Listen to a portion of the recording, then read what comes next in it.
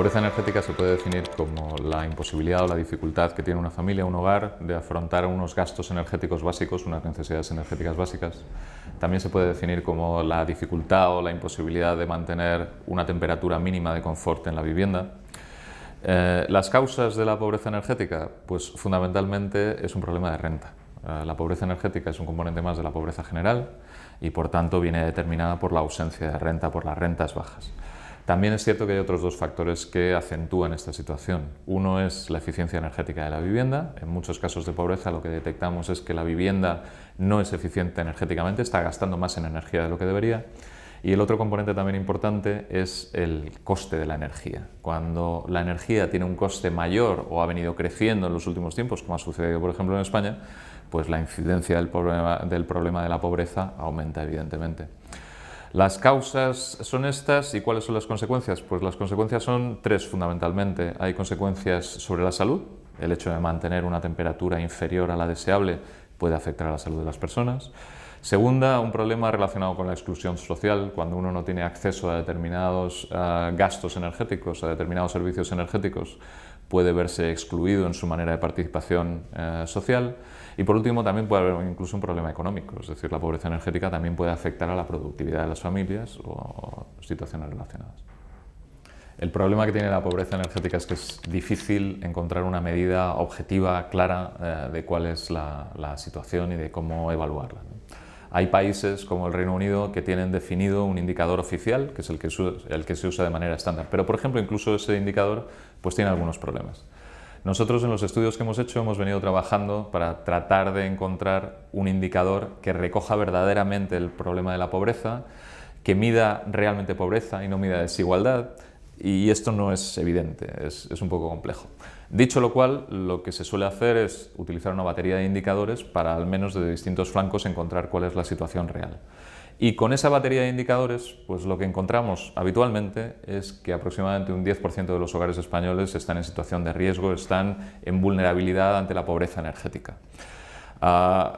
En un estudio que hicimos hace un par de años encontramos un 9,8%, un 10%. En un estudio muy reciente que acaba de publicar la Asociación de Ciencias Ambientales obtiene cifras muy parecidas, aunque por ejemplo el indicador que utilizamos nosotros, ellos cuando lo replican, este es un indicador que está basado en la renta mínima de los hogares. Evidentemente, dependiendo de la renta mínima que utilices, el indicador sale más alto o más bajo. Entonces, si ponemos una renta mínima alta, por ejemplo, equivalente a un salario mínimo interprofesional, nos encontramos con que la incidencia puede llegar a un 20%.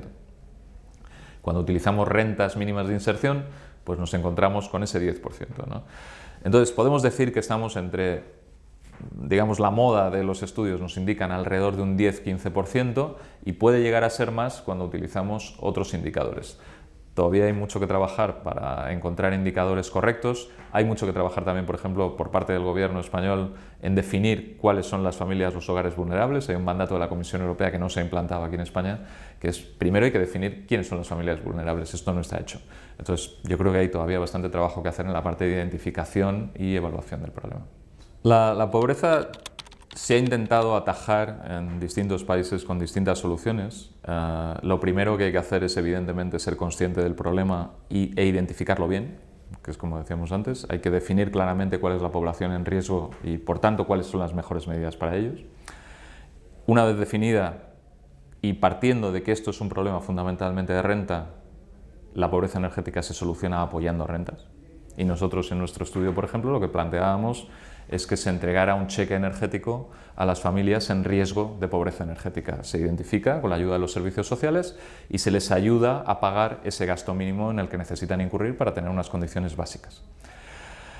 Pero como también habíamos dicho antes que la pobreza también viene coadyuvada por otros factores, pues también podemos trabajar en ellos. Entonces también podemos mejorar la eficiencia energética de los hogares en riesgo de pobreza y nosotros lo que planteamos, por ejemplo, es que de todas las actuaciones que se están haciendo y cada vez más en el ámbito de eficiencia energética, había que dirigirlas prioritariamente hacia los hogares en riesgo de pobreza, de tal manera que sean ellos los primeros beneficiados por ayudas en términos de eficiencia energética.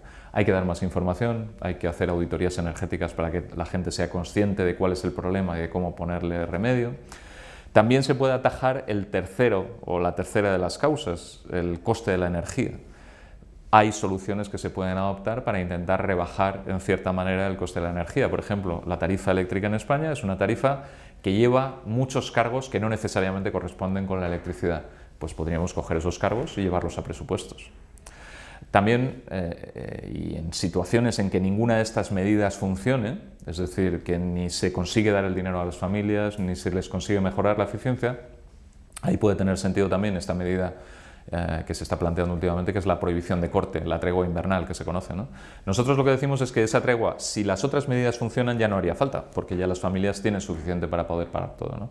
Pero aún así, pensamos que tampoco pasa nada por establecer la contingencia de una tregua invernal en caso de que ninguna de las otras medidas haya funcionado.